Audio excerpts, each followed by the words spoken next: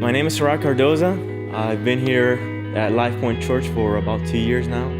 I came to the States when I was 7 years old. It was just me and my mother. Ended up dropping out. A couple of years later, I decided to go get my GED. And I was 2 out of 17 people during that day that passed the exam. Got my AA degree in biology.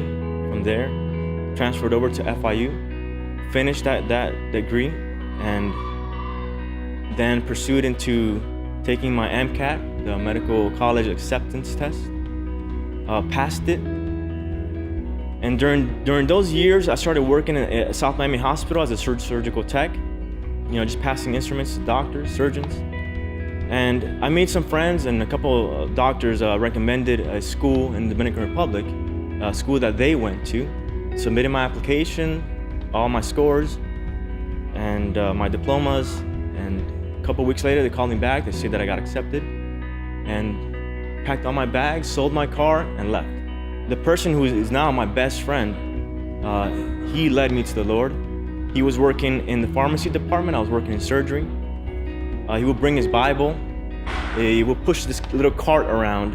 He would push his little cart around and had the Bible open there with medications that he would be delivering. And many times I would look at him and say, "Hey man, why are you carrying this book? Why are you bringing a Bible?"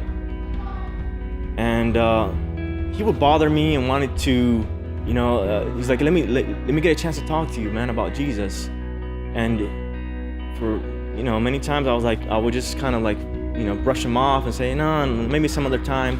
Why don't we go and let's go to a bar or something. Let's go get something to drink, or let's go find girls,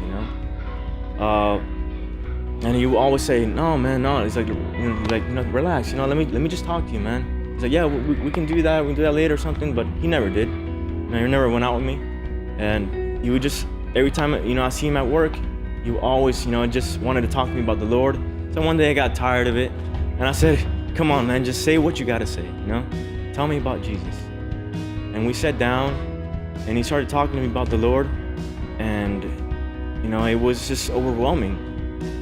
It felt like home. Everything that he said about Christ, just resonated deeply. And he asked me to pray if I wanted to pray with him. And I said yes. And so we went into the prayer room next to the ICU, intensive care units. And he prayed over me.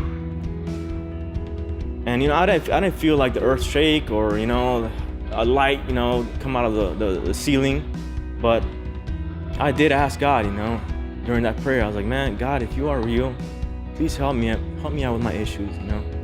Help me get back to school, help me finish a degree, do something with my life, restore my relationship again with my family." And little by little, he gave me a Bible. The Bible that he was carrying in that cart, he said, "Here, man, this is yours. Take it." He's like, "Start reading John." And I started reading John, book of John. And it transformed me too. Things in my family started getting together. My family, our relationship with my dad and my mom, God started restoring little by little. I applied last year to a family medicine program in Brooklyn, New York. And when I went to interview, there were over 100 applicants interviewing. There were over 1,300 applications that were submitted for that position. There's only 6 positions available. When I walked into the room and met the director, during our conversation, I told her, I said, "You must be from Kerala, India." "Yes, I am. How do you know that?"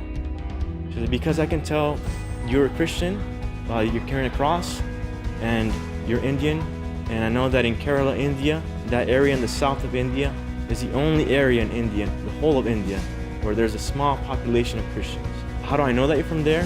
Because the person that brought me to Christ, my best friend, is also from that same place. And she looked at me and she says, "You're telling me you are a Christian?" And I said, "Yes, I am." She says, looks at me, she leans forward, says, "That's good for you. So am I." March 14th, I get a call from the hospital, says, "Hey, you got accepted." I just see, my life, man, God, in every step of the way, from leaving Nicaragua to all the struggles in education, dropping out of high school, managing to get a GED, getting into college, finishing all those degrees, and much more events in my life. God has been guiding me. It's been Him all along. It's been Him.